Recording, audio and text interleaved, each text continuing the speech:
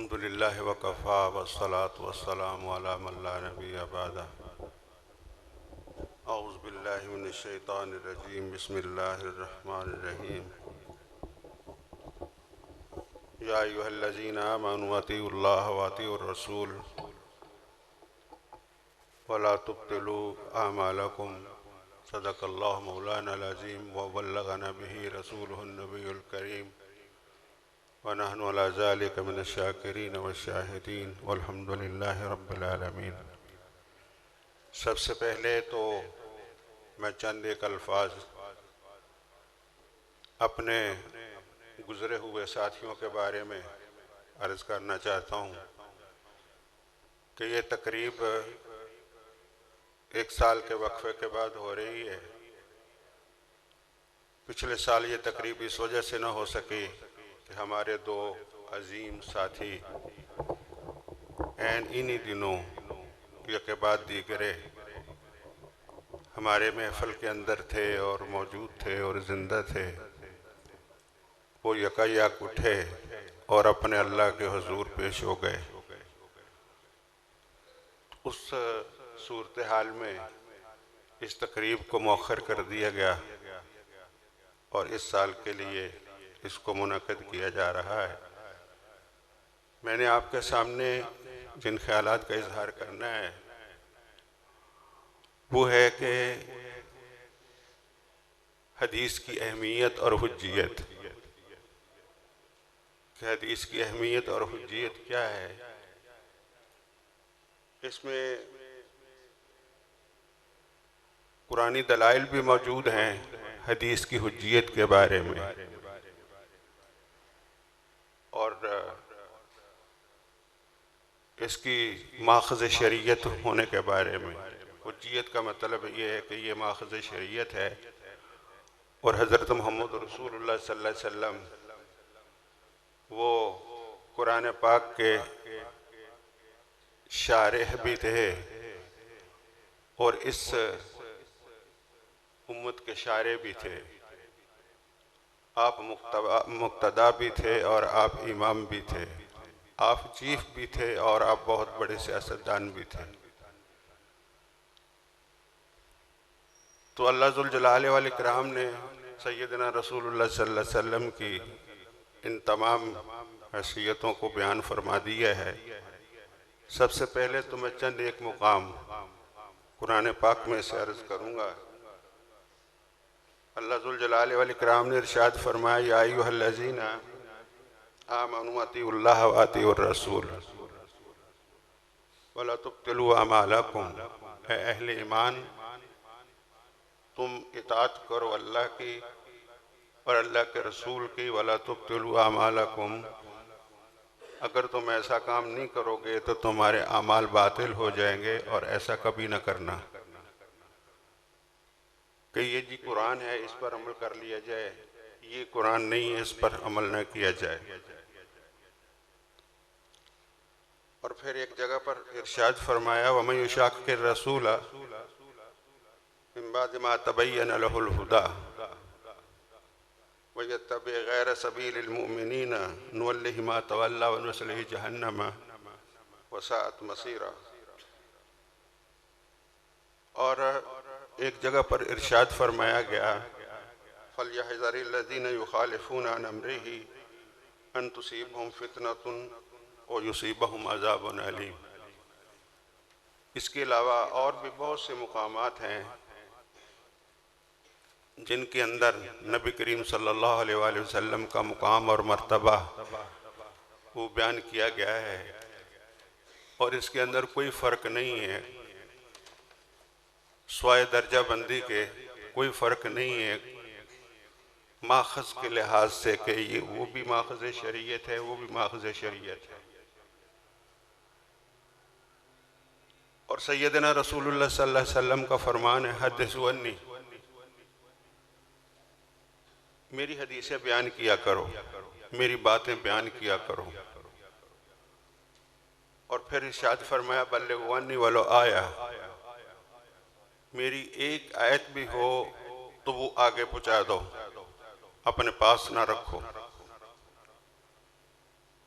और फिर ये है कि जो खुतबा हज्जतुल विदा है उसका अगर खुलासा बयान किया जाए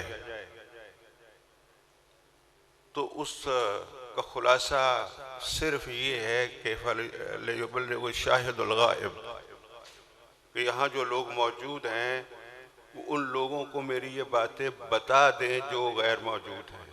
यहाँ मौजूदीन जो हैं वो उनको बता दें जो नहीं मौजूद हैं। तो ये हुजूर सल्लल्लाहु अलैहि वसल्लम की तकरीर का पूरे का खुलासा ये है कि यहाँ जो मौजूद हैं उनको उन लोगों को बता देना चाहिए जो गैर मौजूद हैं और इस वक्त हाजिर नहीं है मजलिस के अंदर। और इल्म से मुराद, ये जो इल्म है इससे मुराद है इल्म हदीस। असलाफ के यहाँ जो हदीस का लफ्ज़ है ये राय के मुकाबले में इस्तेमाल किया जाता था। एक हदीस है और एक गैर हदीस है। हदीस तो हदीस रसूल है और मुहद्दिसीन जब उन्होंने को बात करना होती थी राय के मुकाबले में तो हदीस का लफ्ज़ इस्तेमाल किया करते थे और इसके मुकाबले में राय का लफ्ज़ इस्तेमाल किया करते थे।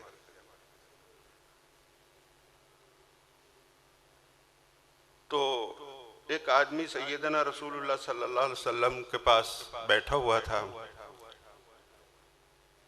फयस्मउ मिन नबी सल्लल्लाहु अलैहि वसल्लम अल हदीस, तो वो नबी करीम सल्लल्लाहु अलैहि वसल्लम से हदीसें सुना करता था। फयुजिबहु वला यहफज़ुहु,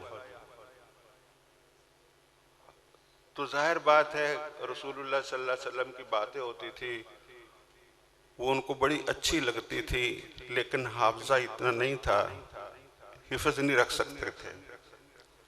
फशका ज़ालिका इला नबी सल्लल्लाहु अलैहि वसल्लम, तो नबी करीम सल्लल्लाहु अलैहि वसल्लम के पास इन्होंने आके अपनी इस कमी की शिकायत की। तो नबी करीम सल्लल्लाहु अलैहि वसल्लम ने फरमाया, उस आदमी ने नबी करीम सल्लल्लाहु अलैहि वसल्लम से अर्ज़ की कि या रसूल अल्लाह, इन्नी अस्मउ मिनकल हदीस फयुजिबुनी वला अहफ़ज़ुहु, मैं आपसे हदीसें सुनता हूँ बहुत अच्छी लगती हैं लेकिन याद रही न पाता हूँ। तो नबी करीम सल्लल्लाहु अलैहि वसल्लम ने फरमाया, इस्ताइन बियमीनिका, अपने दाएं हाथ से मदद लिया करो। वो औमा बियदिही लिल खत, और तहरीर करने की तरफ अपने हाथ की तरफ इशारा किया। एक और रिवायत है कि हज़रत अबू हुरैरा रज़ी अल्लाह ताला अन्हु फरमाते हैं कि नबी करीम सल्लल्लाहु अलैहि वसल्लम ने एक दफ़ा खुतबा इरशाद फरमाया। ये खुतबा सुन करके एक यमन का शख्स था अबू शाह, उसने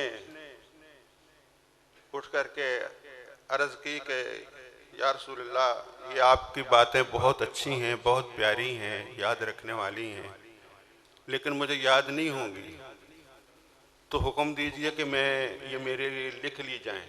तो सैयदना रसूलुल्लाह सल्लल्लाहु अलैहि वसल्लम ने फरमाया कि उक्तबूल अबी शाह, ये जो मेरे फरामीन हैं ये अबू शाह को लिख के दे दो। और अबू सईद खुदरी रज़ी अल्लाह ताला अन्हु फरमाते हैं कि हम हुजूर के गिर्द बैठे होते थे, हदीस सुनते थे और लिखते थे।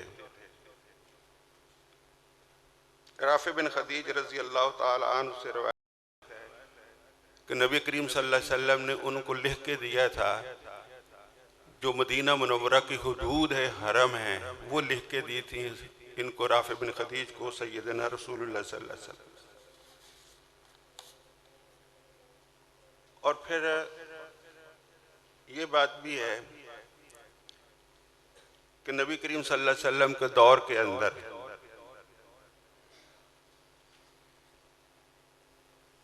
ये किताबत हदीस की इजाज़त थी। असल में हदीस की हुज्जियत के बारे में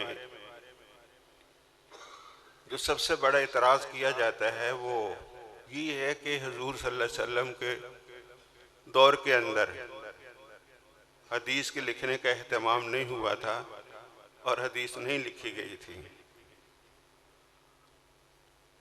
पहली बात तो ये है हुज्जियत हदीस के बारे में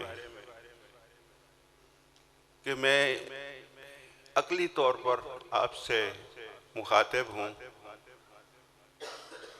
और उसके अंदर ये है कि एक आदमी जो है वो एक बादशाह का खत लेकर के जाए दूसरे बादशाह के पास, और उस आदमी को जाके ये कहे कि ये फलां बादशाह का खत है, और फिर उसके जो मंदरजात हैं उसकी वजाहत भी करता है। तो वो दूसरा बादशाह जो है वो बात सुनने के बाद कहते हैं कि ये जो खत के अंदर है इसको तो मैं मानता हूँ, लेकिन जो तुम वजाहतें कर रहे हो इनको मैं तस्लीम करने के लिए तैयार नहीं हूँ। तो जाहिर बात है वो आदमी जो है उस बादशाह का भी बागी होगा, क्योंकि उस सफ़ीर ने जो बातें की हैं वो बादशाह की बातें हैं और बादशाह की ही वजाहत है। और फिर एक और बात है कि सैयदना रसूलुल्लाह सल्लल्लाहु अलैहि वसल्लम, फर्ज कीजिए कि एक आदमी कबूल इस्लाम करता है, मुसलमान हो जाता है, और सैयदना रसूलुल्लाह सल्लल्लाहु अलैहि वसल्लम के पास आके कलमा पढ़ता है, और कलमा पढ़ने के बाद वो आदमी नबी करीम सल्लल्लाहु अलैहि वसल्लम से कहते हैं कि मैं ये जो कुरान है इसको तो मानता हूँ, लेकिन ये जो आप हदीस कह रहे हैं ना अपनी तरफ से, इसको मैं नहीं मानता हूँ। आपकी बात दुरुस्त है लेकिन कुरान की हद तक, जो आपकी हदीस है वो मैं उसको नहीं मानता हूँ। तो वो आदमी पहले ही मरहले के अंदर काफर हो जाएगा, सिर्फ इस बिना पर कि मैं आपकी ये बात तो मानता हूँ और मैं ये बात मैं नहीं मानता हूँ, और वो किसी भी लिहाज से अपने आप को मुसलमान कहलवाने का हकदार नहीं है। हदीस के बारे में और इसकी हुज्जियत के बारे में जो मुनकरीन के इतराज़ात हैं उनमें से पहला इतराज़ यही है जो मैं इशारा कर चुका हूँ कि वो ये कहते हैं कि हदीस तो बहुत बाद के अंदर इसकी किताबत और तदवीन हुई है, और अगर हदीस की वही अहमियत होती तो नबी करीम सल्लल्लाहु अलैहि वसल्लम इसको अपने सामने जो है वो लिखाते। तो उसके बारे में अर्ज़ ये है कि अगर गौर किया जाए तो हदीस की किताबत का एहतमाम जो है वो सैयदना रसूलुल्लाह सल्लल्लाहु अलैहि वसल्लम के दौर के अंदर ही शुरू हो गई थी इसकी किताबत। ये 200 साल वाला मफरूज़ा है, एक फरार की राह है जो लोग हदीस को हुज्जत नहीं मानते हैं, और बहुत से जो उनके बहाने हैं और इनके रवैये हैं हदीस से बगावत के, उनमें से एक बहाना ये भी है ये जी बहुत 200 साल बाद लिखी गई है, क्या मालूम इसके अंदर क्या है और क्या सही है क्या सही नहीं है। तो उसके बारे में अर्ज़ ये है कि ये जो किताबत हदीस है ये हज़रत मोहम्मद रसूलुल्लाह सल्लल्लाहु अलैहि वसल्लम के ज़माने के अंदर ही इसका वजूद के अंदर ही आ चुका था। आसानी के लिए हम इनको 5 अदवार के अंदर तकसीम कर लेते हैं। पहला दौर है कि कबल अज हिजरत सरकारी मुरासले, हिजरत से पहले सरकारी मुरासले हुजूर सल्लल्लाहु अलैहि वसल्लम ने लिखाए हैं। और नंबर 2 है कि दौरान हिजरत, हिजरत कर रहे हैं तो हुजूर सल्लल्लाहु अलैहि वसल्लम ने मुरासला लिखाया है, सरकारी मुरासला। तीसरा है कि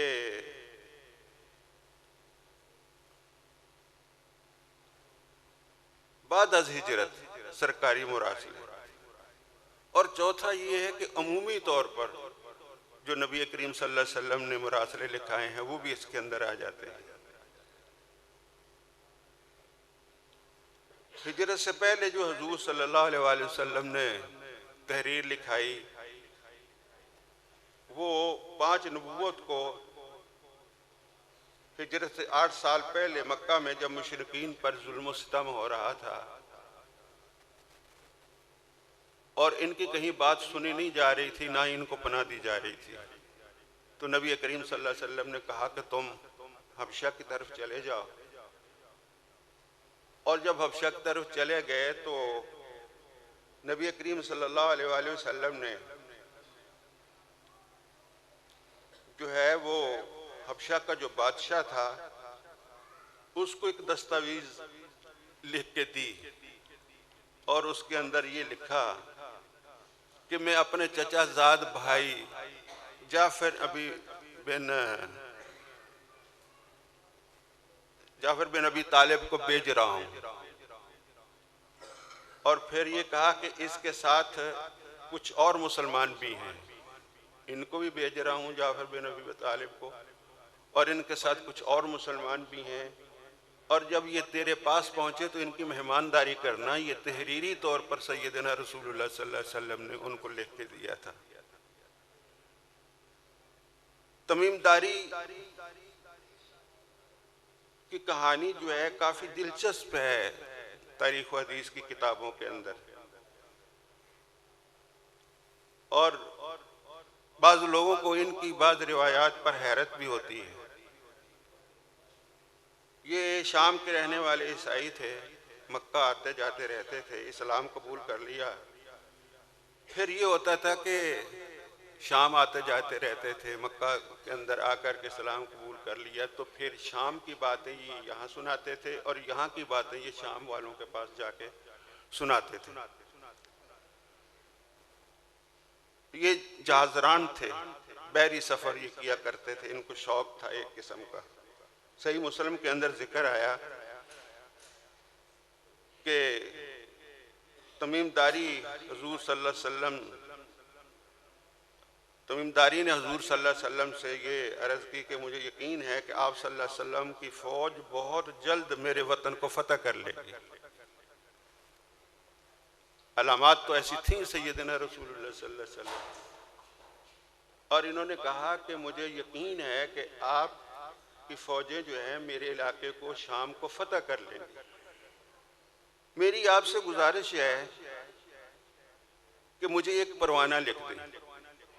इसकी हैसियत भी सरकारी की है, क्योंकि ज़मीन जो होती है उसकी मिल्कियत का परवाना जो है हुकूमत की तरफ से होता है, सरकार की तरफ से होता है, आज भी और पहले भी। और ये है कि कुछ इलाके मरतूम वगैरह के कुछ इलाके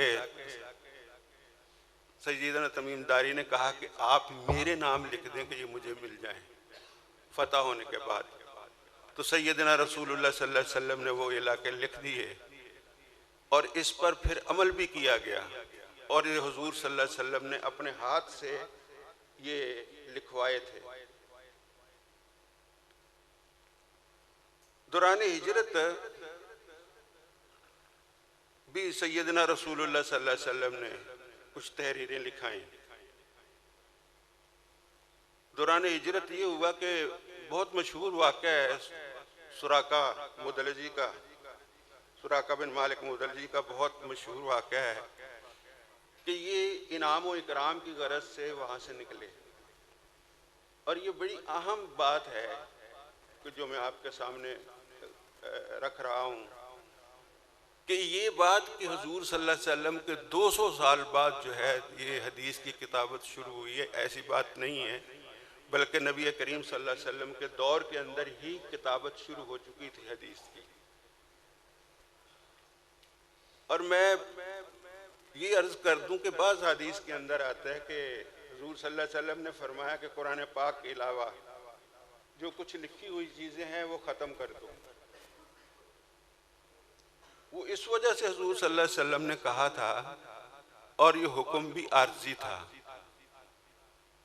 ये हुक्म इस वजह से था कि सिर्फ 5-6 सहाबा किराम रिज़वानुल्लाह अलैहिम अजमईन जो लिखना पढ़ना जानते थे वो थे, और उनके ज़िम्मे ये थी कि आप जो है ये हदीस कुरान लिखा करेंगे। और दूसरी बात ये है कि इख्तिलात का भी खदशा था। इसलिए हुज़ूर सल्लल्लाहु अलैहि वसल्लम ने ये कहा, लेकिन यहाँ इख्तिलात का ख़तरा नहीं था और पूरी तरह से कुरान पाक और ये महफूज था। वहाँ हुज़ूर सल्लल्लाहु अलैहि वसल्लम ने अपने दौर के अंदर हदीस लिखाई है और उस पर अमल भी करवाया है, और बतौर हुज्जत के और दलील के और माखज़ इल्म के। जैसे मैंने आपसे पहले कहा कि सैयदना रसूलुल्लाह सल्लल्लाहु अलैहि वसल्लम कुरान पाक के शारे भी थे, आप शारे भी थे कि आपने नए नए कवानीन, आप काजी भी थे,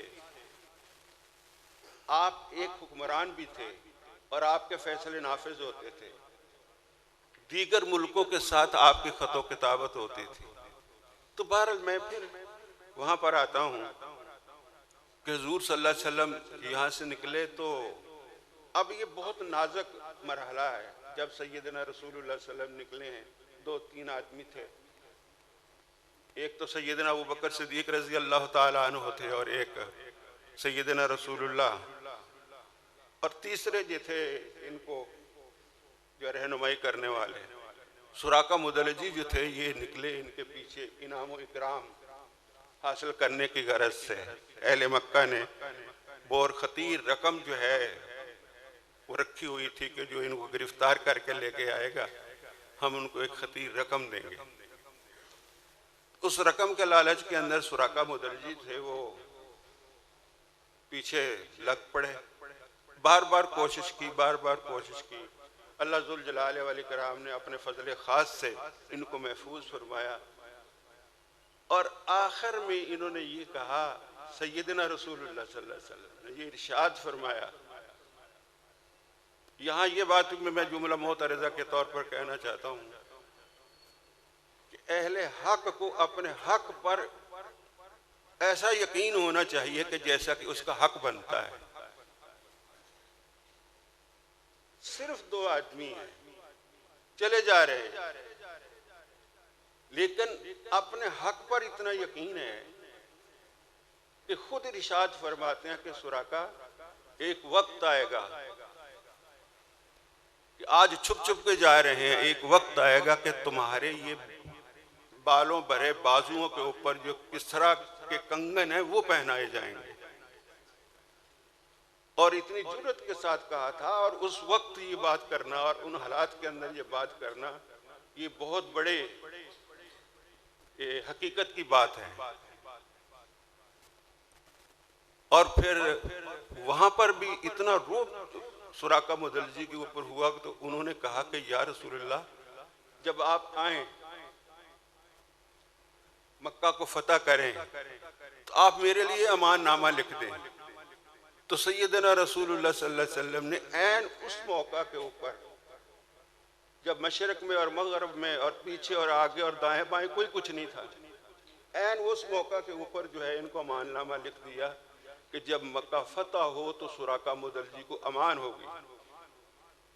और फिर इसी अमाननामे को लिखा करके इन्होंने अपने लिए जो है मक्के के अंदर अमान पाई थी। और ये हुजूर सल्लल्लाहु अलैहि वसल्लम की तहरीर थी जो आपके दौर के अंदर वजूद के अंदर आ चुकी थी। और फिर हिजरत के बाद जब हुजूर सल्लल्लाहु अलैहि वसल्लम ने हिजरत कर ली, कबल हिजरत भी बातें हुई, ऐन दौरान हिजरत भी तहरीरें आई, और जब हिजरत मुकम्मल हो गई तो उस वक़्त भी हुजूर सल्लल्लाहु अलैहि वसल्लम ने कुछ तहरीरें लिखाई जिनकी हैसियत जो है वो सरकार की है, कानून की है, आईन और दस्तूर की है उनकी हैसियत। उनमें से मसलन ये है कि मर्दमशुमारी आज भी हो रहा है। मर्दमशुमारी के ऊपर एक लंगूरी कलाबाजियां खेली जा रही हैं। ये मर्दमशुमारी के ऊपर ही हो रहा है, जो ऐवानों के अंदर हो रहा है। मर्दमशुमारी एक तहरीर होती है सरकारी। तो हुजूर सल्लल्लाहु अलैहि वसल्लम ने सबसे पहली बात जो है कि बुखारी के अंदर ये हदीस मौजूद है कि नबी करीम सल्लल्लाहु अलैहि वसल्लम ने मर्दमशुमारी करवाई, इस वक्त कुल कितने मुसलमान हैं। तो उस मर्दमशुमारी के लिहाज से 1500 नाम वजूद के अंदर आते हैं जो हुजूर सल्लल्लाहु अलैहि वसल्लम के दौर के अंदर लिखे गए थे। और मरदमशुमारी एक ऐसी दस्तावेज होती है जो कि कानून और आईन की हैसियत रखती है। इसके ऊपर बहुत कुछ होता है। मरदमशुमारी के ऊपर मर्दों औरतों के नाम, बच्चों और बूढ़ों की तादाद कुल 1500 बनती थी। ये हुजूर सल्लल्लाहु अलैहि वसल्लम के दौर के अंदर थी। और ये तकरीबन इमाम बुखारी ने इसकी सराहत तो नहीं की है, लेकिन गुमान गालिब है कि ये जो है ना सुलह हुदैबिया, इसके करीब करीब ये वाक़या हुआ है। फिर इधर आए हैं, मदीना मुनव्वरा के अंदर आए। मुहाजिरीन हिजरत करके आए मदीना मुनव्वरा के अंदर। इधर अंसार थे, वो मुहाजिरीन थे। दो तहजीबों का आपस के अंदर मिलाप हुआ। मदीने की तहजीब और थी और मक्का की तहजीब और थी। दो तहजीबों का आपस के अंदर मिलाप हुआ तो एक तीसरी तहजीब जो है उसके पेट के अंदर से निकली। और ये हुजूर सल्लल्लाहु अलैहि वसल्लम ने मुआखात करने के बाद बहुत से काम हुए इस मुआखात के उससे। एक अरसा तक विरासत भी इसी मुआखात पर चलती रही। मुआखात ये है कि अंसारी मुहाजिर का भाई और मुहाजिर अंसारी का भाई, मुआखात के ऊपर विरासत भी चलती रही। और रिश्तेदारियां भी इनकी हुई आपस के अंदर।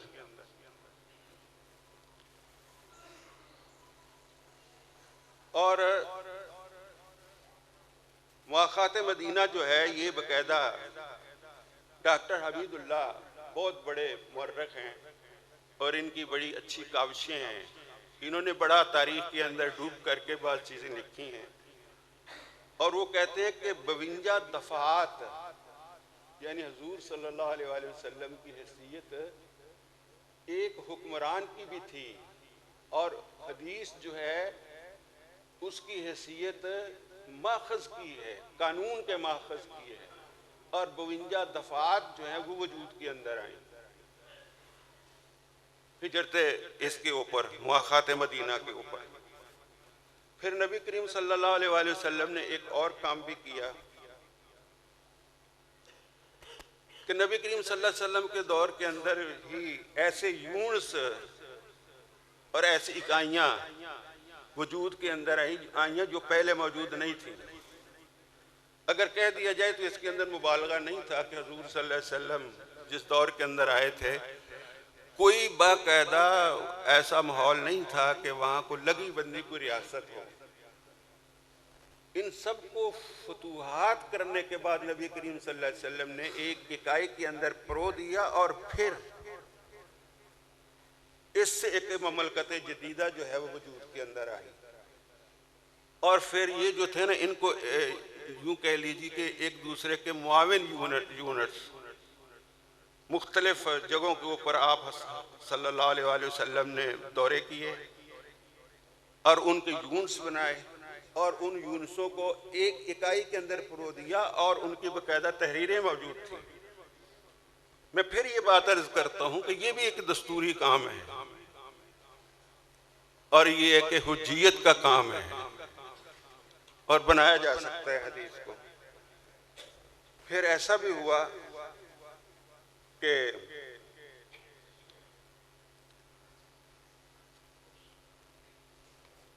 हज़रत वाइल बिन हुजर कहते हैं इन्हीं मुआखात या यूं कहिए कि उसके दौर के अंदर ये जो यून्स थे या एक लफ्ज़ बहुत बुरा समझा जाता है, मजलसों में लेना उसको मुनासिब नहीं है, लेकिन अगर उसके लफ्ज़ को ले लिया जाए तो कोई हरज नहीं है। बीमा यानी एक दूसरे का ये मुआविन थे और नबी करीम सल्लल्लाहु अलैहि वसल्लम इन यूनिसों को यूनिस जो थे इनको कायम करने के लिए, इनको एक लड़ी के अंदर पुरोने के लिए नबी करीम सल्लल्लाहु अलैहि वसल्लम सिर्फ बैठ नहीं गए थे, बल्कि ये थे कि आप अतराफ व अकनाफ इधर उधर आप सल्लल्लाहु अलैहि वसल्लम सफ़र किया करते थे, लोगों को कायल किया करते थे और उनको कहा करते थे कि हमारे साथ मिल जाओ, हम तुम्हारा दिफा करेंगे। हमारे साथ नहीं मिलना है, अलग इकाइयाँ जो तुम्हारी मौजूद हैं उनके साथ हम मुआहदे करेंगे और उसके मुताबिक चलेंगे। और ये जो यूनिट्स बन जाते थे इनको भी तहरीरी तौर पर ले आया जाता था और तहरीर के अंदर आ जाते थे। और यहाँ तक ये था कि दुश्मन की तरफ से जो दिफा है वो भी मौजूद होता था कि दिफा हम करेंगे, जो उन इकाइयों के अंदर आ जाता था। फिर नबी करीम सल्लल्लाहु अलैहि वसल्लम ने जब इस्लामी ममलकत ने तौसीफ़ पाई तो नबी करीम सल्लल्लाहु अलैहि वसल्लम ने मुख्तलिफ अज़ला और सूबों के जो गवर्नर थे उनके नाम पर परवाने लिखे और ये तक कहा कि फ़लाँ काम सर अंजाम दो, फ़लाँ काम सर अंजाम न दो, और उसके मुताबिक अमल करवाया करते थे हज़रत रसूलुल्लाह सल्लल्लाहु अलैहि वसल्लम।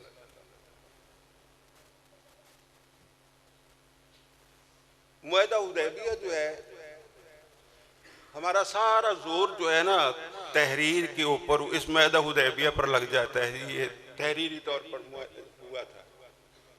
हालांकि इससे पहले जो मैंने अर्ज़ की है वो भी एक तहरीर थी जो हुजूर सल्लल्लाहु अलैहि वसल्लम की तरफ से वजूद के अंदर आई थी। फिर मुआहदा हुदैबिया जो है वो वजूद के अंदर आया। इसके अंदर ऊपर काफ़ी लेदे हुई मुआहदा हुदैबिया के बारे में, लेकिन बहरहाल ये एक तहरीरी मुआहदा था और ये ऐसा मुआहदा था कि अल्लाह जुल जलाल वल इकराम ने इस मुआहदा को कहा कि इन्ना फ़तहना लका फ़तहम मुबीना, हमने आपको वाज़े और खुली खुली फतह दे दी आपको। और इस तरह से फतह हुई कि ये पहला मौका था कि मुसलमानों को एक मुस्लिम सोसाइटी के तौर पर तस्लीम किया गया था और हुजूर सल्लल्लाहु अलैहि वसल्लम को एक मुस्लिम सोसाइटी के तौर पर, एक सरबराह के तौर पर तस्लीम किया गया था। इस वजह से फतह मुबीन इसको कहा गया कि तुम्हें तस्लीम कर लिया गया है तुम्हारी ताकत को। फिर नबी करीम सल्लल्लाहु अलैहि वसल्लम ने सुलह हुदैबिया के बाद 6 हुक्मरानों को खत लिखे, तबलीगी खतूत, और अपनी मोहर और दस्तखत वो भी सबत किए। इमाम बुखारी ने कैसर किसरा वगैरह के नाम जो खतूत हैं उनका तज़किरा किया है। और फिर ये है कि मज़े की बात ये है कि हम इसको भूल जाते हैं, लेकिन ये याद रखने वाली बात है कि खुद जो मोहर है वो भी एक तहरीर है। ये भी हुजूर सल्लल्लाहु अलैहि वसल्लम के दौर के अंदर वजूद के अंदर आई।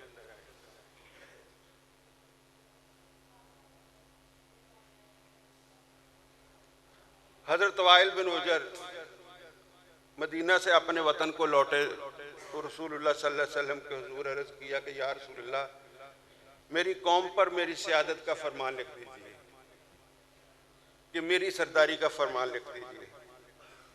सैयदना रसूलुल्लाह सल्लल्लाहु अलैहि वसल्लम ने हज़रत मुआविया से 3 फरमान लिखवाए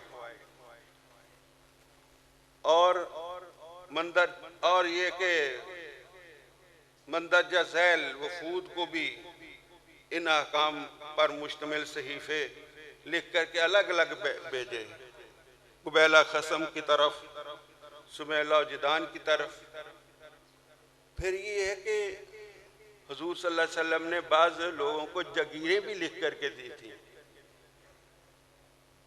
ज़ुबैर बिन अव्वाम रज़ी अल्लाह ताला अन्हु को एक बड़ी जगीर हुजूर सल्लल्लाहु अलैहि वसल्लम ने लिख करके दी थी और ये लिखा था कि ये दस्तावेज़ मोहम्मद रसूल सल्लल्लाहु अलैहि वसल्लम ने ज़ुबैर को दी है और इसका पूरा पूरा हक और बलाई हिस्सा वो सारे का सारा ज़ुबैर बिन अव्वाम का है। और ये मकतूबात नबी सल्लल्लाहु अलैहि वसल्लम, ये कम अज़ कम अगर इनको देखा जाए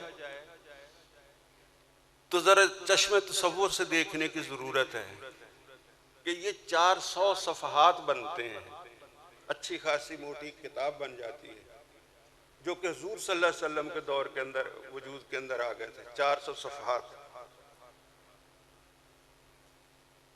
फिर हुजूर सल्लल्लाहु अलैहि वसल्लम ने हज़रत अब्दुल्ला इब्न उमर को किताब ज़कात लिखाई। वो किताब ज़कात जो थी अपने अमाल को भेज नहीं पाए थे कि बुलावा आ गया और हुजूर सल्लल्लाहु अलैहि वसल्लम फौत हो गए। और आपने अब्दुल्ला बिन उमर ने उसको अपनी तलवार के लिए अंदर रख लिया, तलवार की नियाम के अंदर।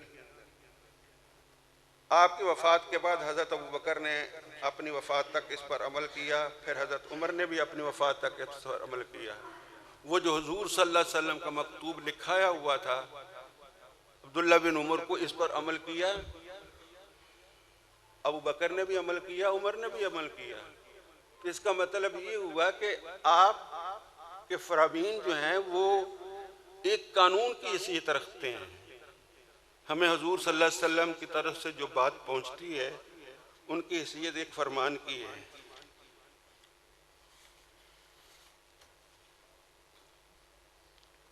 फिर ऐसा भी हुआ कि हज़रत मुआज़ रज़ी अल्लाह ताला अन्हु, ये यमन से हुजूर सल्लल्लाहु अलैहि वसल्लम को इन्होंने लिखा था और ये कहा था कि सब्जियों के बारे में हमें बताएं। तो नबी करीम सल्लल्लाहु अलैहि वसल्लम जो है तहरीरी तौर पर मदीना मुनव्वरा से सब्जियों के बारे में और इनके साथ क्या करना है, ज़कात और सदक़ात के लिहाज से क्या करना है, वो भेजा करते थे हुजूर सल्लल्लाहु अलैहि वसल्लम। और सहीफ़ा सादिका एक बहुत बड़ा सहीफ़ा है। हज़रत अब्दुल्ला बिन अमर बिन आस का पुराने आदमी थे, गालिबन 16-17 साल की उम्र के थे, बेहद ज़हीन और दीनदार, इल्मी ज़ौक़ रखने वाले थे। इनका इल्मी ज़ौक़ का अंदाज़ा इससे होता है कि इन्होंने सुरयानी ज़ुबान सीखी, ईसाइयों की दीनी किताब इंजील को सुरयानी में इसका तर्जुमा किया, और फिर ये कि सुरयानी को का तर्जुमा, बाइबल का तर्जुमा सुरयानी के अंदर और सुरयानी का तर्जुमा फिर इसके अंदर करते थे, बाइबल का तर्जुमा अरबी के अंदर। और इनका लक़ब था अल-आलिमुर रब्बानी, अल-आलिमुर रब्बानी। सही मानों के अंदर ऐसे आलम थे जिनको रब्बानी कहा जा सकता है। तौरात और इंजील के बहुत बड़े आलिम थे। इनका ज़ुहद व तक़वा और इबादत और रियाज़त अहद रिसालत ही से मुसल्लम था। रिवायत के अंदर आता है कि सैयदना अब्दुल्ला बिन उमर फरमाते हैं कि रसूलुल्लाह सल्लल्लाहु अलैहि वसल्लम की खिदमत में हाजिर हुआ और अर्ज़ किया कि हम आपसे बहुत सी बातें सुनते हैं, हमें याद नहीं रहती, क्या हम वो लिख लिया करें? सैयदना रसूलुल्लाह सल्लल्लाहु अलैहि वसल्लम ने फरमाया, बला फ़क्तबूहा, क्यों नहीं, लिखा करो। एक हदीस है अब्दुल्ला बिन अमर रज़ी अल्लाह ताला अन्हु, वो कहते हैं कि मैं जो कुछ सुनता था लिख लिया करता था।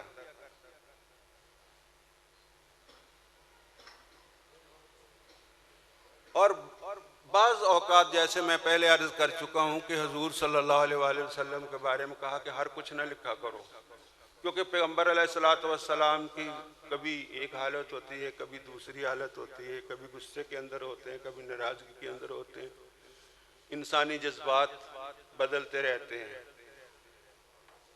तो जब इनको पता चला सैयदना रसूलुल्लाह सल्लल्लाहु अलैहि वसल्लम को, तो आपने फरमाया कि नहीं, बला फ़क्तबूहा, नहीं ऐसी बात नहीं है, बल्कि लिखा करो।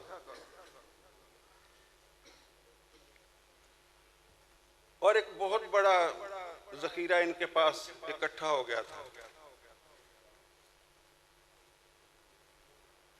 जिनको सहीफ़ा सादिका भी कहा जाता है। सहीफ़ा सादिका से बड़ी मोहब्बत करते थे ये, और इनकी ज़िंदगी का अजीज़ तरीन और कीमती तरीन सरमाया सहीफ़ा सादिका था। और फिर फरमाते हैं, मा युरग़िबुनी फ़िल हयात इल्ला सादिका, मेरी ज़िंदगी में सबसे ज़्यादा महबूब ये सहीफ़ा सादिका ही है जो हुजूर सल्लल्लाहु अलैहि वसल्लम से मैंने सुन सुन के लिखा है। ये हुजूर सल्लल्लाहु अलैहि वसल्लम के दौर के अंदर ये तहरीरें वजूद के अंदर आ गई।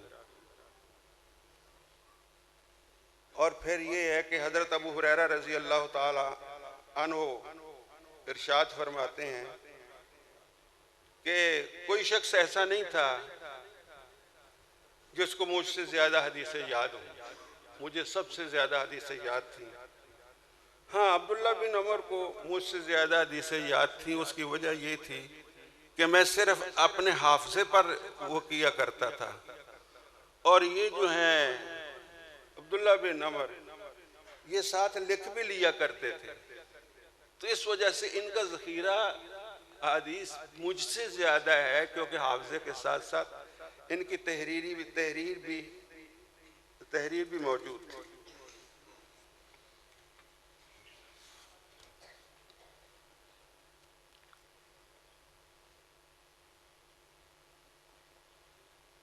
और सहीफ़ा अमर बिन हज़म रज़ी अल्लाह ताला अन्हु, इनको हुज़ूर सल्लल्लाहु अलैहि वसल्लम ने ये यमन का निगरान बना के भेजा।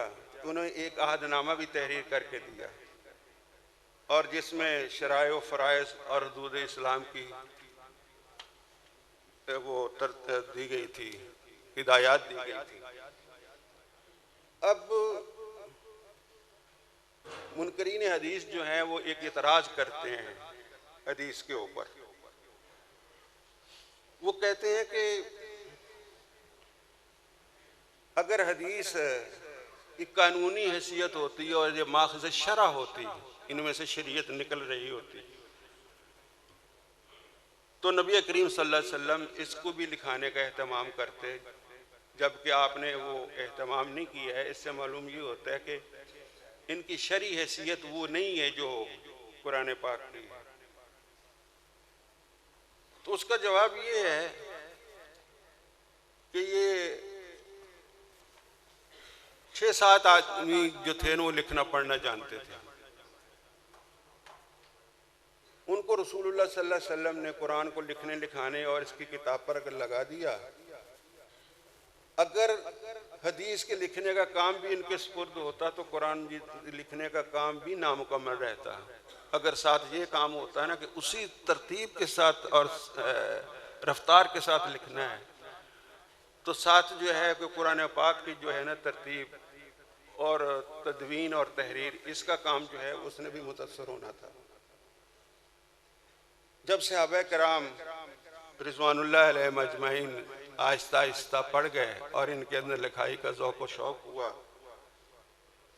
तो हुज़ूर सल्लल्लाहु अलैहि वसल्लम ने फरमाया हद्दिसू अन्नी वला हरज, मेरी तरफ से हदीसें बयान किया करो, लिखा करो, इसके अंदर कोई अर्ज की बात नहीं है। और सैयदना रसूलुल्लाह सल्लल्लाहु अलैहि वसल्लम ने यह भी फरमाया कि नज़्ज़र अल्लाहु इमरान समिअ मिन्ना हदीसन, अल्लाह ज़ुल जलाल वल इकराम उस आदमी को शादाब रखे, उसको रोशन रखे, उसको रौनक बख्शे। समिअ मिन्ना हदीसन, जिसने हमारी कोई एक हदीस सुनी, फ़हफ़िज़हु हत्ता युबल्लिगहु गैरहु, उसने उसको सुना हत्ता कि उसको दूसरों तक पहुँचा भी दिया। अल्लाह ज़ुल जलाल वल इकराम ऐसे आदमी को शादाब रखे। और दूसरा ये है, एक इतराज़ और भी किया जाता है कि इमाम बुखारी फरमाते हैं कि मेरे पास 6 लाख अहादीस थे। उन 6 लाख में से मैंने तकरीबन 4000 अहादीस को मुंतखब किया, और मैंने अपनी किताब सही बुखारी में इन 4000 अहादीसों को जिक्र किया 6 लाख में से। इससे मालूम ये हुआ कि बाकी 4000 जो है वो मौजूद थी जो उन्होंने छोड़ दी। और फिर ये है कि इमाम मुस्लिम ने भी ऐसे किया है, इमाम तिरमिज़ी ने भी ऐसे किया है कि बहुत सी हदीसों में से इंतखाब करके जो अपने मजमूओं के अंदर लिखा और बाकी को छोड़ दिया। उसका पहला जवाब ये है कि इमाम बुखारी रहमतुल्लाह अलैह ने कहीं भी ये नहीं लिखा है कि यही जो है ना जो मैंने अपने मजमुआ के अंदर लिखी हुई हैं 4 लाख, यही सही है और सही नहीं है, ये कहीं नहीं लिखा है इमाम साहब ने।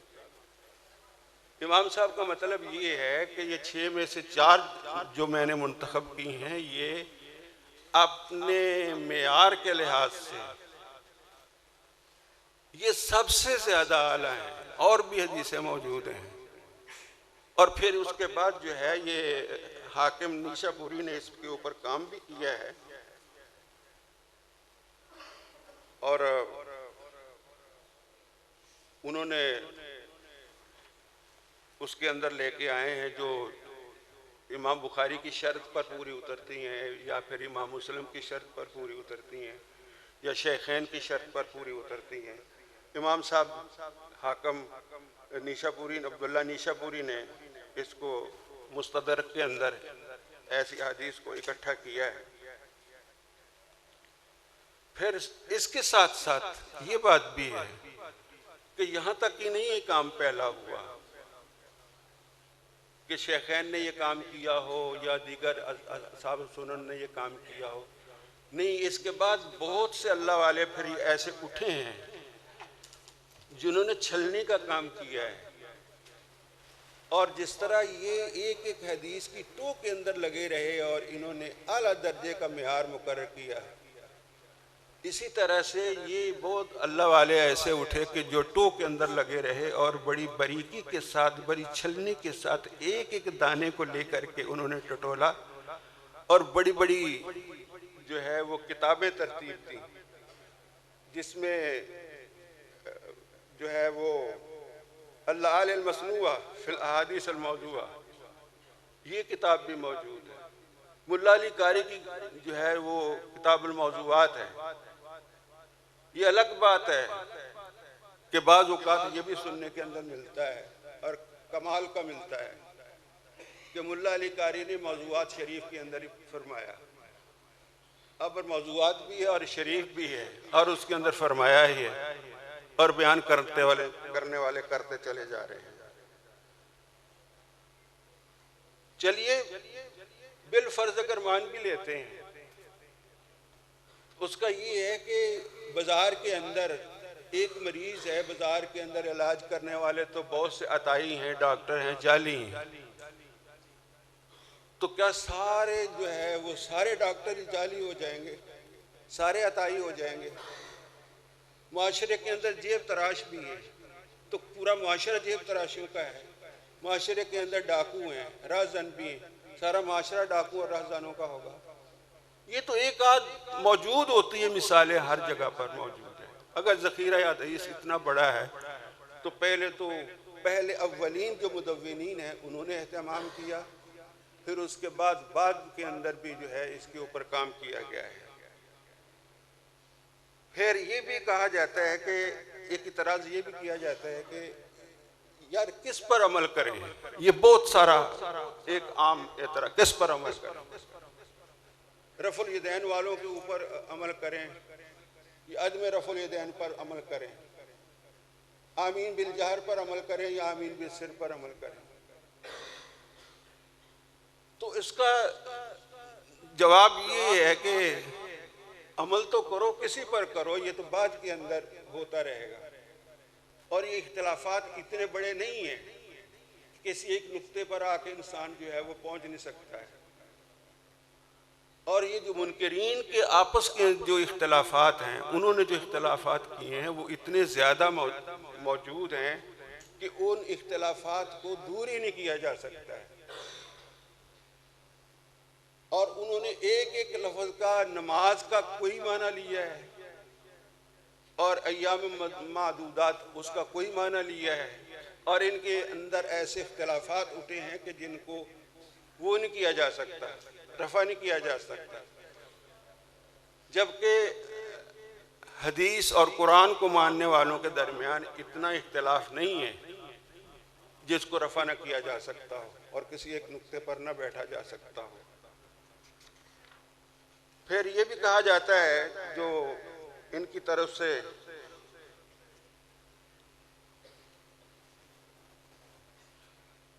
कि हदीस से इख्तिलाफ पैदा होता है, हदीस से इख्तिलाफ पैदा नहीं होता है। इख्तिलाफ असल में अपनी ज़हन के अंदर होता है। वो हदीस का कोई एक मफहूम ले लेते हैं, उस मफहूम के मुताबिक वो कुरान को लाते हैं या हदीस को लाते हैं और कहते हैं जी इसके अंदर इख्तिलाफ है। सोच के अंदर इख्तिलाफ होता है, उनकी फिक्र के अंदर इख्तिलाफ होता है, फिक्र की कजी और सोच की कजी को इस तरफ को ले आते हैं। अब हदीसें जो हैं वो ऐसी मौजूद हैं कि एक एक हदीस की वजह से बड़े बड़े इख्तिलाफात जो हैं वो ख़त्म हो गए। सैयदना रसूलुल्लाह सल्लल्लाहु अलैहि वसल्लम की जब वफ़ात हुई तो सबसे पहले ये मसला हुआ कि कहाँ नबी करीम सल्लल्लाहु अलैहि वसल्लम की तदफीन होनी चाहिए। बाद ने कहा कि आपकी तदफीन बैतुल मुक़द्दस के अंदर होनी चाहिए, बाद लोगों ने कहा कि फलां जगह पर होनी चाहिए। तो सैयदना सिद्दीक़ अकबर रज़ी अल्लाह ताला अन्हु ने एक हदीस लेके आए। ये बड़ा मारकतुल आरा किस्म का ये एक मामला था और उन्होंने कहा कि नबी करीम सल्लल्लाहु अलैहि वसल्लम ने फरमाया कि अन्नबी युदफन हैसु मात, कि नबी की यहाँ वफात हुई हो वहीं पर उनको दफन किया जाता है। इस एक बात की वजह से वो एक तनाज़ा ख़त्म हो गया। हुज़ूर सल्लल्लाहु अलैहि वसल्लम की चारपाई को उठाया गया, वहीं पर जो है वो हुफ्रा मुबारक जो है वो किया गया और वहीं दफन किया गया। और फिर ये था कि आपकी वफ़ात के बाद इस बात ने भी बड़ा तनाज़ा इख्तियार कर लिया कि अब आपका नायब कौन होगा। अंसारी कुछ कहने लगे, ये मुहाजिर कुछ कहने लगे, मिन्ना अमीर व मिनकुम अमीर, ये कहने लगे। लेकिन एक हदीस ने कहा कि अला तो मिन कुरैश। जब ये बात हुई तो जल्दी से पकड़ करके हजरत उमर फारूक रजी अल्लाह ताला अन्हु ने हजरत सिद्दीक़ अकबर का हाथ पकड़ा और बैत कर ली और लोग टूट पड़े फिर इनके ऊपर, इनकी बैत के ऊपर। फिर एक एक हदीस की वजह से अब इसी एक और चीज़ है, ना मानना हो तो ये अलग बात है, मानना हो तो मानने वालों के लिए बहुत सी चीज़ें हैं। सैयदना रसूलुल्लाह सल्लल्लाहु अलैहि वसल्लम वफ़ात फरमा गए और ये जो झगड़ा था आपकी विरासत का, इसने कई रूप इख्तियार किए, एक रूप ने कई रूप इख्तियार किए इस झगड़े ने। सैयदना सिद्दीक़ अकबर रज़ी अल्लाह ताला अन्हु ने कहा कि नहीं, पैगम्बर अलैहिस्सलातु वस्सलाम का ये फरमान है कि नहनु माशरल अंबिया ला नूरिस, कि हम अंबिया जो हैं कोई भी इनका वारिस नहीं बनता है। किसी के पास रुपया पैसा हो या ना हो, या कोई वक्त का सुलेमान और दाऊद हो, जब पैगंबरी मिली है तो विरासत कोई नहीं है। इनके वारिस जो हैं उलमाए किराम हैं, उलमाए रब्बानी इनके वारिस है जो पैगंबर लेके आए हैं।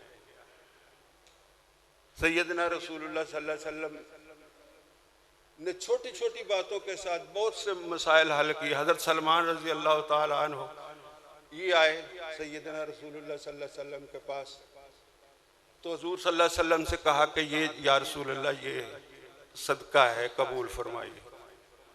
आपने फरमाया कि नहीं, सदका मैं नहीं खाता हूँ। सहाबा को कहा कि तुम खाओ। इस बात पर बात ख़त्म हो गई। फिर कहा कि या रसूलुल्लाह ये हदिया है, तोहफा है, आपने भी खाया और सहाबा ने भी खाया। और इस तरह से एक मामूली इशारा के साथ जो सैयदना सलमान रजी अल्लाह ताला अन्हु को मिला कि बहुत बड़ा इख्तिलाफ जो था वो दूर हो गया। अब और भी बहुत सी बातें हैं जो मैं करना चाहूँगा, लेकिन वक़्त और मेरे बाद आने वाले जो बुजुर्ग बैठे हुए हैं मैं उनके दरमियान भी और हायल नहीं होना चाहता हूँ।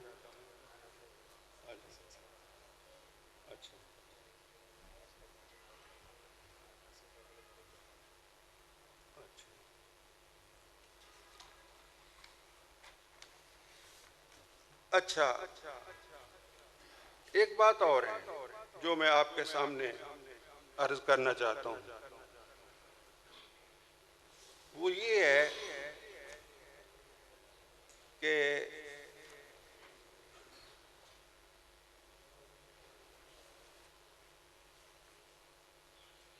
इन रिवायात की वजह से उम्मत के अंदर इख्तिलाफात हुए हैं, और इख्तिलाफात जो हैं उसने जहाँ तक पहुँचा दिया कि इंसान को पता नहीं चलता है। ये आमतौर पर पब्ती भी कसी जाती है कि किसका इस्लाम कबूल करें जी, कौन सा इस्लाम कबूल करें, अरे कोई कर लो। अब एक आदमी का कोई मरीज है, वो मर रहा हो, हकीम के पास जाओ वो कुछ और बताता है, डॉक्टर के पास जाओ वो कुछ और बताता है, तो क्या हाथ पांव तोड़ के बैठ जाते हैं जी किसका इलाज करें? इंसान उसके अंदर जो है तहकीक व जुस्तजू के अंदर रहता है, तो इधर भी तहकीक व जुस्तजू को जारी रखें, जहां आके मंजिल मिल जाएगी वहां से अपना इलाज करवा ले। अच्छा, मुनकरीन हदीस एक बात ये भी कहते हैं कि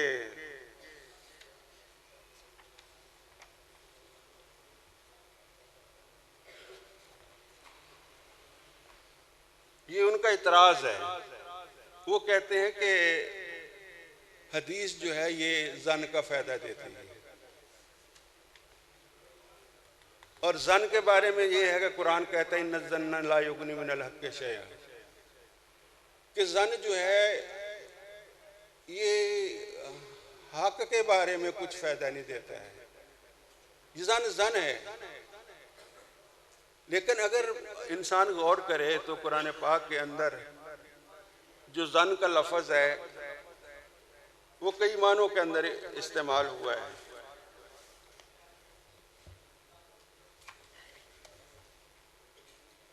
एक तो ये है कि ज़न इस माना के अंदर भी इस्तेमाल हुआ है कुरान पाक के अंदर कि जो मन गढ़त और बुनियादी उसूलों के खिलाफ हो, और फिर ये है कि इस माना के अंदर भी है कि जन बमाना यकीन के भी इस्तेमाल हुआ है, और फिर ये है कि जन बमाना झूठ के भी इस्तेमाल हुआ है। इन्ना ज़न्न ला युगनी मिनल हक़्क़ि शैअन, ये जन जो है बमाना झूठ के है। और दूसरी जगह पर है इन्ना ज़ुन्नु इल्ला ज़न्नन व मा नहनु बिमुस्तयक़िनीन, हमारा तो आपके ख्याल में ऐसे ही ख्याल है हमारा तुम्हारे बारे में, व मा नहनु बिमुस्तयक़िनीन, हम आप पर एतमाद नहीं करते हैं।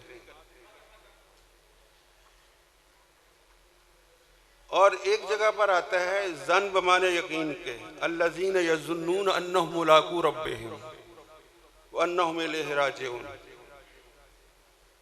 कि वो ये समझते हैं बल्कि यकीन करते हैं अन्नहुम मुलाक़ू रब्बिहिम, कि उनकी अपने अल्लाह से मुलाकात होगी, व अन्नहुम इलैहि राजिऊन, और उनको अल्लाह की तरफ पलट के जाना है। और हज़रत यूनुस अलैहिस्सलाम के बारे में भी ये जो आता है ना, फ़ज़न्ना लन नक़दिर अलैहि, तो उनका अंदाज़ा था लन नक़दिर अलैहि कि हम इनको पकड़ नहीं सकेंगे, बाकी शक व शुबा तो उनको नहीं था, बस एक ख्याल आ गया उनको, उसको भी ज़न कहते हैं।